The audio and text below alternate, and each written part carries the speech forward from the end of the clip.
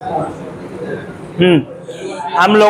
लोगों का जो चैप्टर्स में अभी हेडिंग्स बाकी हैं, मतलब आप ये कह सकते हो कि ऐसी हेडिंग्स जो अभी हम टच भी नहीं किए हैं, और मैं यहाँ पे आज लिखने चल रहा हूँ। अगर आपको और कुछ एक्स्ट्रा उसमें ऐड कराना है, जो चीज़ें आपको नहीं समझ में आई है कि सर ने ये नहीं पढ़ाया है, तो हमें वहाँ पे आपको कंफर्म कर देना।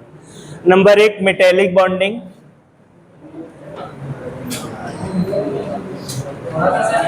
मेटेलिक बॉन्डिंग मीन्स जो धात्विक बंध होता है वो बोलते हैं, है ना, धात्विक बंध। और फिर हाइड्रोजन स्पेक्ट्रम,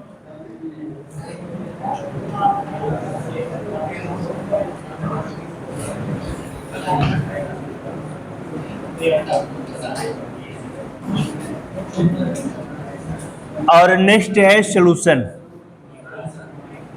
मेरे ख्याल से 3 हेडिंग्स हमने अभी टच नहीं की है ना, यही 3 हेडिंग्स, और बाकी चीजें मैं आपको एक्सप्लेन भी कर चुका हूं और उसके बारे में लिखा भी चुका हूं। और बताओ आपका क्या था बेटा? हाँ बेटा, हुंस रूल नहीं बताया गया है अभी। हुंस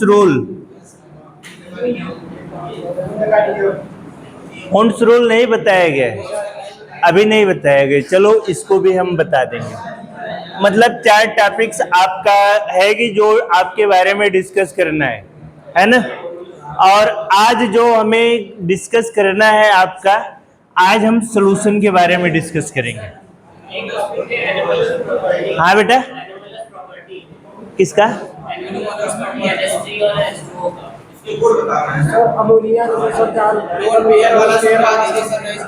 कौन सा बेटा? एनोमलस प्रॉपर्टी जो है ये, इसका हमें समझ में नहीं आ रहा है, ये क्या एनोमलस प्रॉपर्टी क्या है? ओके है क्या? चलो ठीक है। तो आपका NH3 का एक दिया है और H2O का दिया है ना बेटा। जबकि जानते हो आप कि दोनों में loan pair of electron present होते हैं कि नहीं? हाँ, लोन पेयर का नहीं समझ में आया था। आप समझ लो कि जैसे अमोनिया है ना, एक हाइड्रोजन यहाँ है, एक हाइड्रोजन यहाँ है। थोड़ा सा वीडियो को पहुंच। हमें ये देखना है बेटा लोन पेयर ऑफ इलेक्ट्रॉन में कि हमारा कैसे पता चलेगा, वही चीज मैं बताने चल रहा हूं कि हमारा यहाँ पे हाइड्रोजन कितना है? 3। जहाँ पे इम्पटी बॉन्ड हमें दिखाई पड़े, जहाँ पे बॉन्ड बनने की संभावना ना हो, और उसकी हमें वैलेंसी भी मालूम होनी चाहिए कि इसकी वैलेंसी कितने से कितने तक हो सकती है, और ये आयनिक बॉन्ड में आएगा कि कोवेलेंट बॉन्ड में आएगा। ये चीज़ें आपका कॉन्सेप्ट तब क्लियर होगा जब पीछे की पढ़ाई गई सारी चीज़ें क्लियर होंगी। तो ये चीज़ ध्यान रखना, क्योंकि इतना पॉसिबिलिटीज नहीं है कि पीछे की सारी चीज़ें आपको एक साथ यहाँ पे कराई जा सके, है ना बेटा। इसलिए आपकी रिस्पॉन्सिबिलिटी है कि पीछे की जितनी, चाहे वो आयनिक बॉन्ड हो, चाहे कोवेलेंट बॉन्ड हो, या मतलब अदर कोई बॉन्ड हो, उसको आपको पूरी तरीके से नॉलेज होना चाहिए आपको, ठीक है। तो यहाँ पे आप देख रहे हो 3 हाइड्रोजन है, एक हाइड्रोजन हमारा खाली है, तो उसके बाद लोन पेयर ऑफ इलेक्ट्रॉन यहाँ प्रेजेंट होगा। अब बात आती है H2O की। हमारा सेंट्रल एटम हाइड्रोजन ऑक्सीजन है, एक इधर है एक इधर है, और एक लोन पेयर इधर प्रेजेंट है, दूसरा लोन पेयर इधर प्रेजेंट है। अरे यार, हमने क्या बताया तुम्हें कि हाइड्रोजन बेटा यहाँ पे इम्पटी है ना, किसी भी बॉन्ड हाइड्रोजन कितना बॉन्ड बना सकता है ना, 3 ही। यहाँ पे हमारा क्या है? NH3 है, और आप ये देख रहे हो कि हर एक माने में हाइड्रोजन इससे कम है कि नहीं है? आप देखते हो अगर CH4 के साथ बनाता है तो CH4 के साथ सिंगल बॉन्ड 4 जगह एडजस्टमेंट कर लेता है ना। तो यही स्पेशल आपको पूछा है कि इसमें कैसे आप वो करो। इसमें केवल एक loan pair of electron present है, देख रहे हो कि नहीं? और इसमें 2 loan pair of electron present है, और दोनों में ही हाइड्रोजन बॉन्डिंग पाई जाती है। है ना। और इसकी प्रॉपर्टीज में हमें ये देखा जाएगा कि ऑक्सीजन की अपेक्षा कौन ज्यादा इलेक्ट्रोनेगेटिविटी एटम है, नाइट्रोजन है कि ऑक्सीजन है। तो डायरेक्ट आपका माइंड क्लियर होना चाहिए कि भाई oxygen is more electronegativity comparison than nitrogen. समझ रहे हो कि नहीं? ऑक्सीजन ऑक्सीजन जो है अगर नाइट्रोजन से उसकी तुलना की जाएगी तो नाइट्रोजन क्या हो जाएगा, कम हो, उसकी इलेक्ट्रोनेगेटिविटी क्या हो जाएगी, कम हो जाएगी। किसकी तुलना में? ऑक्सीजन की तुलना में। हाँ, हाँ, समझ में आ रही है बात ना बेटा? तो इस तरीके से इसका फिर उसके बाद आप ये देखते हो कि ये NH3 बना रहा है, केवल 3 जगह बॉन्डिंग बनाने के इसके चांसेस है, और एक जगह पे हमारा जो एपिक्स पे है, हमारा जो पिक पे है, वो वहां पे loan pair of electron present है। और हाइड्रोजन में देख रहे हो यहाँ पे दो जगह पे इम्पटी है, देख रहे हो ना? तो 2 जगह loan pair of electron present. बोलो। हाँ बेटा, अभी हमें किसके अकॉर्डिंग देखना है? हमने क्या बताया था? Hybridization is responsible for geometry. हमें बॉन्ड एंगल भी देखना पड़ेगा। हाँ बेटा, उस तरीके से ज्यामिति नहीं वो कर पाएगी, बिल्कुल गलत हो जाएगा। हमें देखना पड़ेगा बेटा, किसी में 109 डिग्री पाया जाएगा, किसी में 105 डिग्री पाया जाएगा। ये चीजें आप पढ़ोगे बेटा ना, तब आपको क्लियर होगा। यहाँ पे जब आओगे कि पिछली बार ही पढ़ा करके गया, घर पे जाकर के कॉपी नहीं खोलोगे तो दिक्कत हो जाएगी, तब पूरा मिक्सअप हो जाएगा। समझ रहे हो ना? तो इस तरीके से समझ में आ गया। और फिर उसके बाद अब देखा जाएगा कि इसकी जो वैलेंसी है, हम इसकी प्रॉपर्टीज के बारे में आप थोड़ा सा समझ लो। इसकी जो वैलेंसी है बेटा, नाइट्रोजन की वैलेंसी कितनी होती है? कितने बॉन्ड बना सकता है ये? नाइट्रोजन की वैलेंसी कितनी होती है? 5। और इसके एटॉमिक नंबर्स कितने होते हैं? 7। 1s2 2s2 2p3। इसके आउटर मोस्ट सेल में जो लास्ट ऑर्बिट्स होती है उसमें कितने इलेक्ट्रॉन्स होते हैं बेटा? 3 इलेक्ट्रॉन। इसका मतलब ये n3 बॉन्डिंग बना सकता है। क्या बना सकता है बेटा? n3 का मतलब कि एक क्या बनाएगा? एक सिंगल बॉन्डिंग बनाएगा और एक लोन पेयर ऑफ इलेक्ट्रॉन बनाएगा। समझ रहे हो? इस तरीके से पता कर सकते हो, लेकिन कॉन्फ़िगरेशन सही से निकालना आना चाहिए, है ना? हाँ, बोलो। अगर कोई क्वेश्चंस पुटअप करना होता है तो बोल दिया करो यस सर, क्या क्या सर बोलते हो पता नहीं चल पाता है ना? समझ में आया बेटा? एक तो इसकी इलेक्ट्रोनेगेटिविटी से पता कर रहे हो आप, और दूसरी इसकी वैलेंसी से वो कर रहे हो, है ना? अब आती है बात बॉन्ड ऑर्डर की।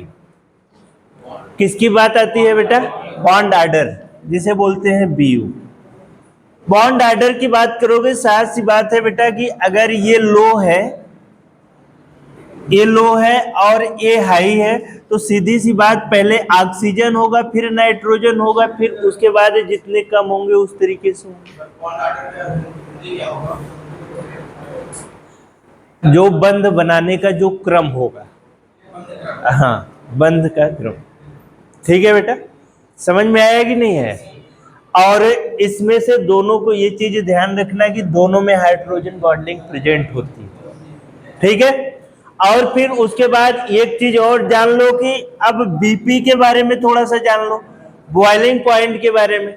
जिसका बॉन्ड ऑर्डर स्ट्रांग होगा, ध्यान से सुनना, greater the bond order greater will be stability.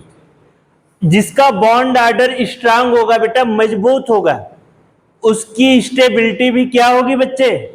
Strong होगी, है ना? तो आप ये देख रहे हो कि नाइट्रोजन का जो बॉन्ड ऑर्डर है वो ऑक्सीजन से लेस है, तो ऑक्सीजन की जो बॉन्ड लेंथ होगी या बॉन्ड ऑर्डर होगा या बॉन्ड एनर्जी होगी वो हाई होगी। किसके कंपैरिजन में? नाइट्रोजन से हाई होगी। तो ये चीजें आपको लिखनी है। जैसे कि हमने बताया था ना, बॉइलिंग पॉइंट हाई होगी, है ना। अगर बॉइलिंग पॉइंट हाई होगी बेटा तो उसको नीचे से एनर्जी जितना ज्यादा हम देंगे उतना ही ज्यादा वो उसके बॉन्ड क्या होंगे, दूर दूर भागेंगे, है ना। मतलब किसी भी चीज का अगर पास पास वो चीजें होती हैं तो उसको एनर्जी ज्यादा देनी पड़ती है, अगर दूर दूर होती हैं तो उनको एनर्जी बेटा क्या करनी पड़ती है, कम देनी पड़ती है। यही चीज था आपका NH3 का और H2O का प्रॉपर्टी। ठीक है बेटा, और कोई दिक्कत? हाँ बेटा, हाँ एक वो लेते हैं ना बेटा, वहाँ से मौलवी सर के रूम में छूट गया। हाँ बेटा बोलो। हाँ तुम लोग करके आए नहीं, देखा। तुम कहाँ किए हो रवि?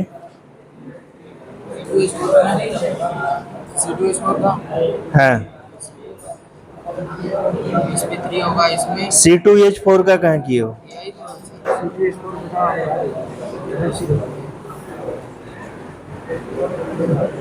C2H4 का किए हो, कोई किया है?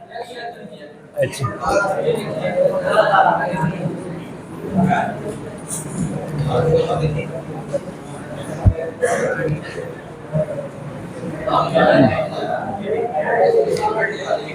C2H4 का किए हो आप लोग?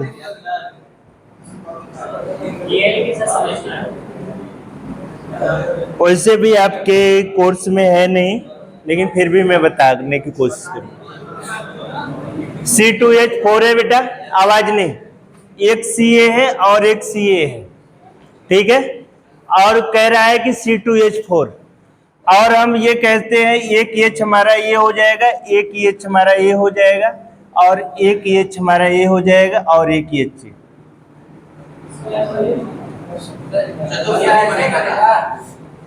बन रहा है कि नहीं बन रहा है बेटा?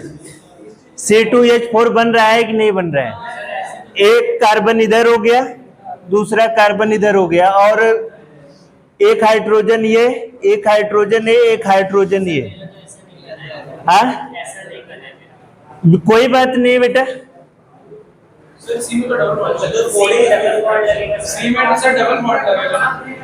हाँ बेटे। जब मेरा ऐसा बन रहा है तो यहाँ पे C में डबल बॉन्ड लगेगा। ये आप स्ट्रक्चर की बात कर रहे हो, है? ये आप अगर उस तरीके से देखेंगे तो अमोनिया का भी, तो अमोनिया क्या, नाइट्रोजन क्या करता है, डबल बॉन्ड करता है, एडजस्टमेंट, है ना। ये क्या करता है, अगर NO2 का लो तो एक इधर वो करता है, एक उधर, अगर NO3 का लो तो एक इधर करता है, SO3 का लो बेटा तो एक S इधर करता है, एक इधर, और दूसरा इधर कर लेगा, जो कि गलत है। हमें इस तरीके से नहीं, हमें हमारा डायरेक्ट इस तरीके से होगा बेटा, और एक loan pair of electron present रहे, ये भी तो होना चाहिए हमारा।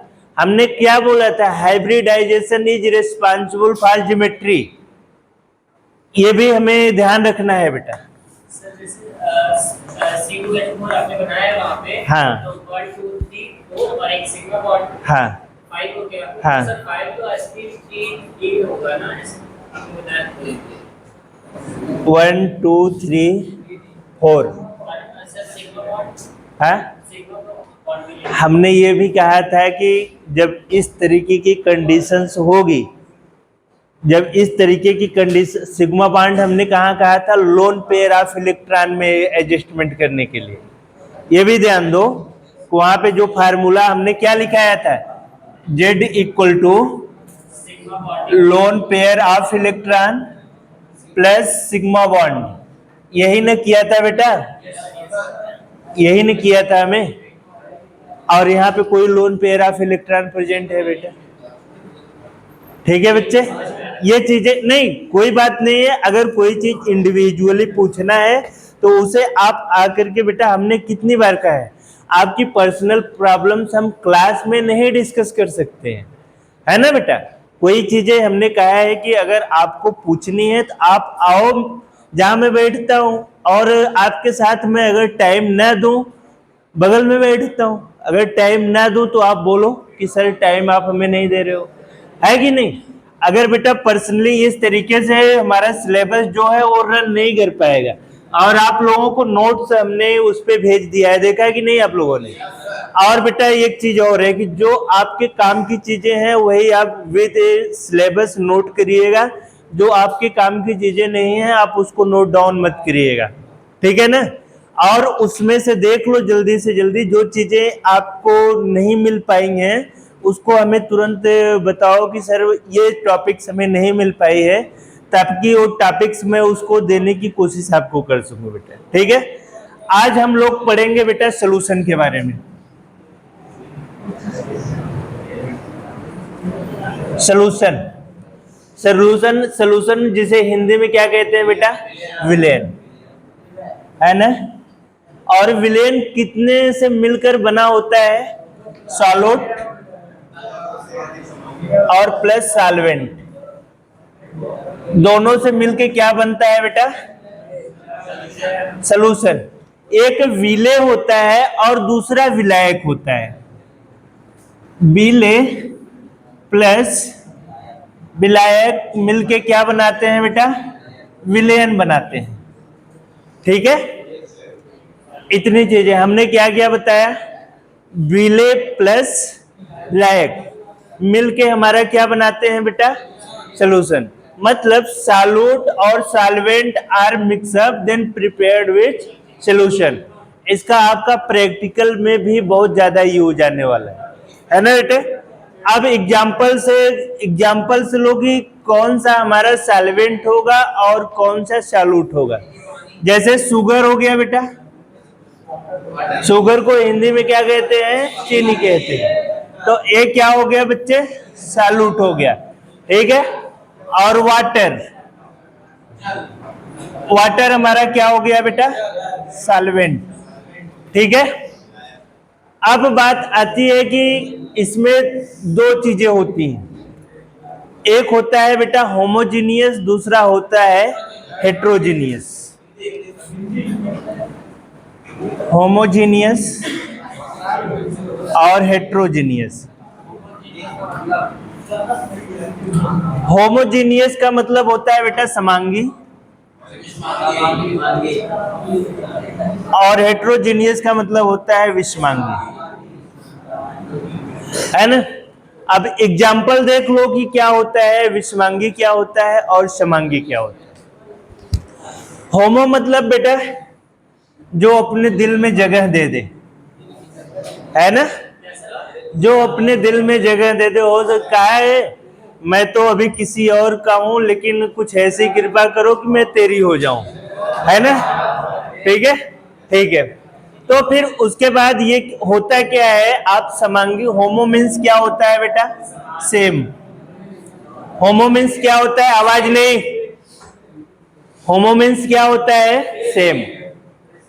और फिर उसके बाद जैसे वाटर है बेटा, चीजों को ध्यान से सुनना तब जाके कॉन्सेप्ट क्लियर होगा।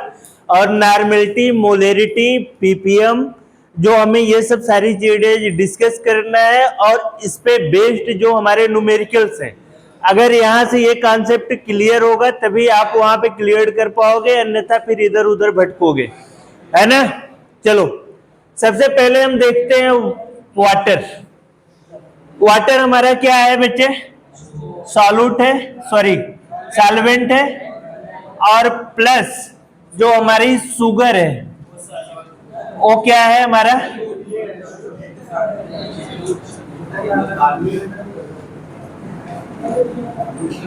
सॉल्यूट। आप ये देखते हो कि एक चीजें इसमें से चेंज होती रहती है और एक चीजें इसमें कांस्टेंट रहती है। और कौन सी चीजें कांस्टेंट बनी रहती है और कौन सी चीजें इंटरचेंज होती रहती है बार बार? हमारा जो सॉल्वेंट होता है, सॉल्वेंट होता है, ये चेंज नहीं होता है, ठीक है बेटा? सॉल्वेंट जो होता है हमारा, ये चेंज नहीं होता है, ये हमेशा लिक्विड फॉर्म में ही होगा। किस फॉर्म में होगा? लिक्विड फॉर्म में ही होगा। लेकिन हमारा जो सॉल्यूट होगा, एक हो सकता है। सॉल्यूट 1 और मोर हो सकता है, मतलब एक या एक से अधिक हो सकता है बेटा, या एक या एक से अधिक। जैसे आप क्या करते हो कि वाटर लिया बेटा, वाटर लिया, वाटर में शुगर भी मिला दिया, साल्ट भी मिला दिया, ठीक है, और ये प्रिपेयर्ड क्या हो गया, ग्लूकोज बन गया बेटा। क्या बन गया, ये ग्लूकोज बन गया। आप देख रहे हो कि सॉल्वेंट हमारा एक ही है, लेकिन जो क्या है, सॉल्यूट जो है हमारा बच्चे चेंज हो रहा है, हो रहा है कि नहीं हो रहा है। तो इस तरीके से आप देख सकते हो कि हमारा जब एग्जामिनर एक चीज आपसे पूछेगा कि आप ये बताओ कि कोई ऐसी चीज है सॉल्यूशन में कि जो 1 से 2 हो सकती है, 4 हो सकती है, 6 हो सकती है, लेकिन कोई एक चीज परमानेंटली है जो चेंज नहीं हो सकती है। तो आपका माइंड प्रॉपर होना चाहिए कि यस सर, जो हमारा सॉल्वेंट होगा, जो हमारा विलायक होगा, वो चेंज नहीं होगा, लेकिन जो हमारा सॉल्यूट होगा बेटा वो हमेशा चेंज होगा। समझ में आई? यहां तक किसी का कोई क्रॉस क्वेश्चन? अब बात आती है कि होमोजेनियस और हेट्रोजेनियस, एक बार समझो। होमो का मतलब क्या होता है बेटा, सेम हमने बताया, और फिर उसके बाद डेविड वीडियो को थोड़ा सा मतलब क्लास 7th 8th की चीजें आप लोग नहीं बता पा रहे हो, है ना? बैठिए बैठिए, लेकिन अब आवाज निकलनी नहीं चाहिए, ध्यान रखना। सॉल्वेंट जो होता है बेटा हमारा, थोड़ा हिंदी में भी लिखते चलिए। सॉल्वेंट जो होता है, आवाज नहीं, सॉल्वेंट जो होता है वो मीडियम प्रोवाइड करता है। क्या हिंदी के साथ बताइए।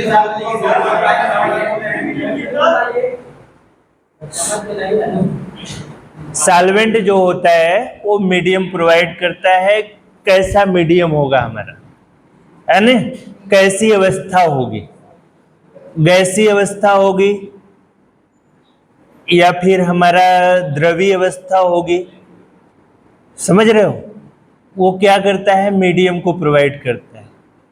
सेकंड तो उसका वर्क तो होता ही है कि वो किसी चीज को मिक्सअप करता है, लेकिन फर्स्ट ऑफ ऑल हमें ये देखना है कि वो डिसाइड करता है कि किस अवस्था में हमें रहना है, लिक्विड फॉर्म में रहना है, द्रवीय अवस्था में रहना है, मतलब किस अवस्था में हमें रहना है। Solvent is provided by medium. ये क्या प्रोवाइड करता है बेटा, मीडियम को प्रोवाइड करता है, ठीक है। तो होमो मीन्स जैसे हमारे पास वाटर होता है, वाटर के बीच में बेटा इंटरमॉलिक्यूलर स्पेसेस पाए जाते हैं, है ना? अंतरा अणु के मतलब स्पेस पाए जाते हैं, जगह पाई जाती है। क्या पाया जाता है बेटा, इंटर मॉलिक्यूलर स्पेसेस पाए जाते हैं, ठीक है। इंटरमॉलिक्यूलर स्पेसेस पाए जाते हैं, और इसमें जब हम शुगर को डिजॉल्व करते हैं, जब घोलते हैं, जब ये घुलनशील रहती है,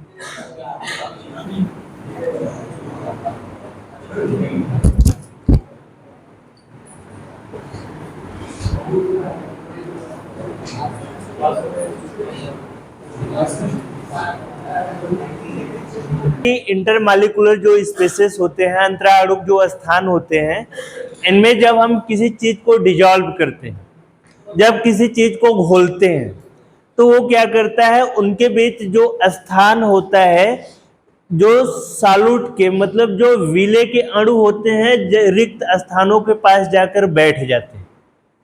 क्या होते हैं बेटा, रिक्त स्थानों के पास जाके बैठ जाते हैं। और आप ये कह सकते हो कि जो वेकेंट या जो एम्प्टी स्पेस होते हैं, वहां पे सॉल्यूट के जो मॉलिक्यूल्स होते हैं जाकर के अपना स्पेस ले लेते हैं, ठीक है। तो फिर इसमें क्या होता है बेटा कि ये हम कह देते हैं कि ये पूरी तरीके से मिल गया है आपस में। क्या हुआ है, पूरी तरीके से मिक्स हो गया है, उसमें कोई चीज दिखाई नहीं, और उसका जो आप ये कह सकते हो कि स्टेज होती है वो चेंज हो सकती है। लिक्विड में तो है ही, आप उसको चाहोगे तो वो सॉलिड में भी हो जाएगी। किस में हो जाएगी बेटा? सॉलिड में। जैसे अगर चीनी को पानी में घोलते हो तो उस नीचे से हीटिंग देते हो, एक टाइम ऐसा होता है कि वो खाड़ बन जाता है। खाड़ समझ रहे हो ना? एकदम सॉलिड बन जाता है, मीठे टाइप का बन जाता है, जिसे सीरा कहते हैं, है ना? है ना बेटा? और फिर उसके बाद ये तो हो गया हमारा होमोजीनियस, जिसे समांगी कहते हैं। और इसका एग्जाम्पल्स हमने ये ले लिया कि वाटर को शुगर में डिजॉल्व कर लिया। अब बात आती है कि हेट्रोजीनियस की, विषमांगी की।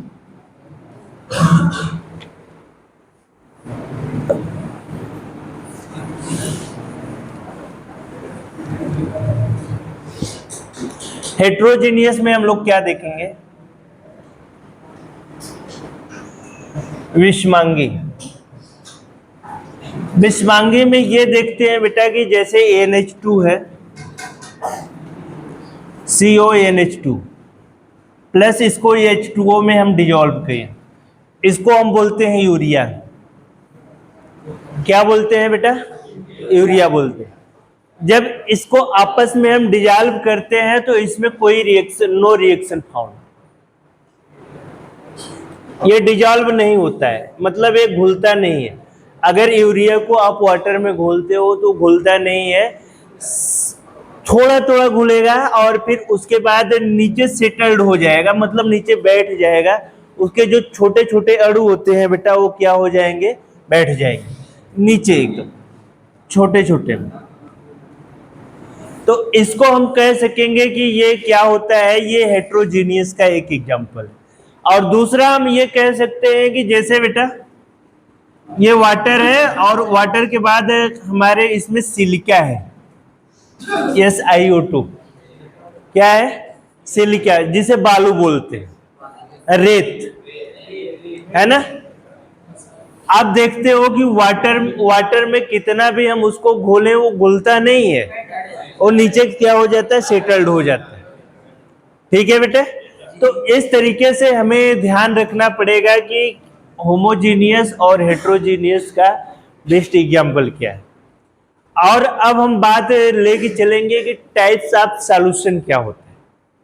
सॉल्यूशन कितने प्रकार के होते हैं, उसकी स्टेज दो चीजों पे डिफाइन करेगी। कितने पे डिफाइन करेगी बेटा? दो चीजों पे।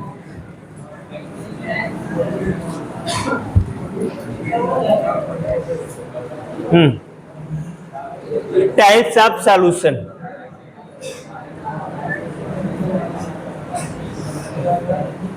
टाइप्स ऑफ सॉल्यूशन, विलेन के प्रकार। और इसकी स्टेज बेटा दो चीजों से डिफाइन होगी। कौन कौन से? एक लिक्विड से और दूसरा सॉलिड से। ठीक है? एक ऐसा सॉल्यूशन होगा जो लिक्विड फॉर्म में होगा, मतलब द्रव और द्रव फॉर्म में होगा। और दूसरा ऐसा सॉल्यूशन होगा कि जो सॉलिड टू सॉलिड फॉर्म में होगा। अब ये कैसे आप पहचान करोगे कि लिक्विड फॉर्म में? और लिक्विड वाला तो आराम से आप उसका पहचान कर लोगे, लिक्विड का आप आराम से पहचान कर लोगे, लेकिन सॉलिड का कैसे पहचान कर पाओगे? बात ये होती है कि जैसे H2O है हमारा, H2O हमारा तीनों स्टेज में पाया जाता है बेटा। सॉलिड में भी पाया जाएगा,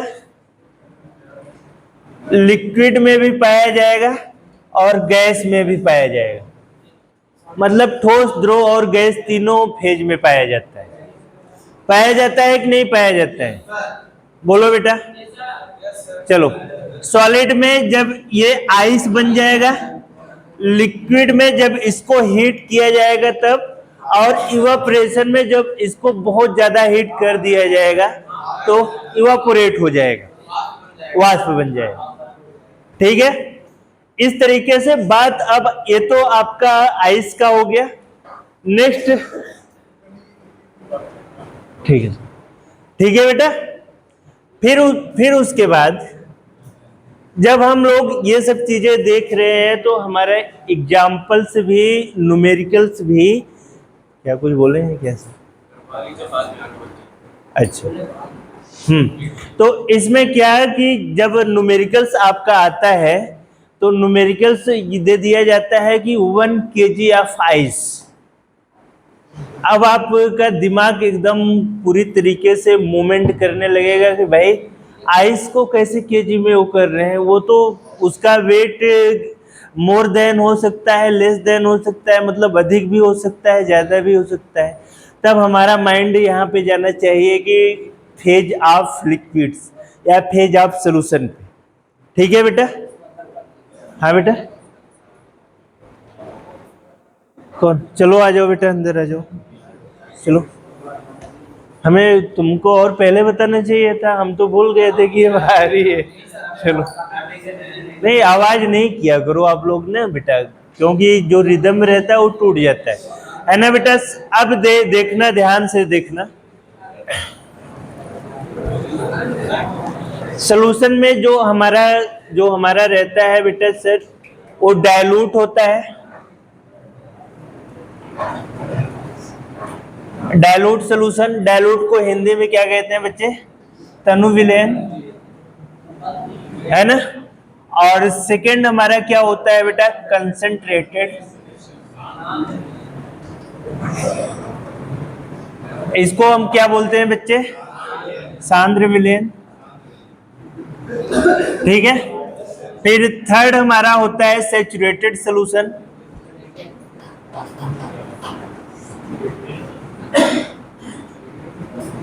जिसको हिंदी में बोलते हैं संतृप्त विलयन। और फोर्थ होता है बेटा अनसैचुरेटेड सॉल्यूशन। और इस चीज को साथ साथ नोट डाउन करते चलना। अनसैचुरेटेड सॉल्यूशन, असंतृप्त विलयन। और फिर उसके बाद फिफ्थ जो होगा वो हमारा सुपर सैचुरेटेड सॉल्यूशन होगा।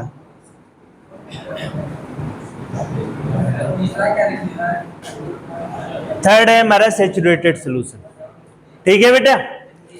अब इस पे सारी चीजें जो डिपेंड होने वाली हैं बेटे, वो सॉल्यूट पे डिपेंड होंगी। सारी चीजें किस पे डिपेंड होंगी? विले पे सारी चीजें डिपेंड होंगी। ठीक है, तो चलो, अभी बिल नहीं हुई है ना? चलो,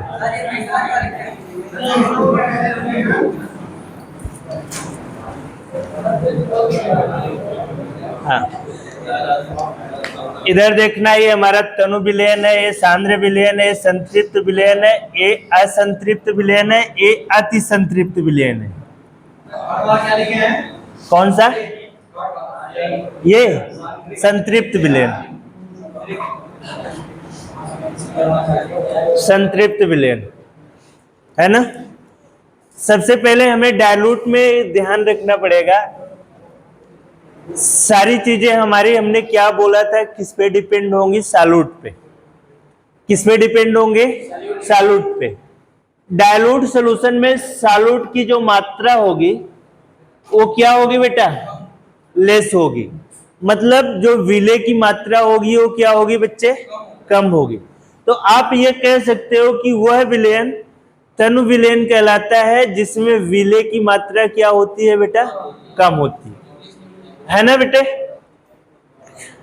इतना समझ लेना, डेफिनेशन की बहुत जरूरत नहीं है। ठीक है, जिसमें number of solute is less than, इतना समझ लेना बस।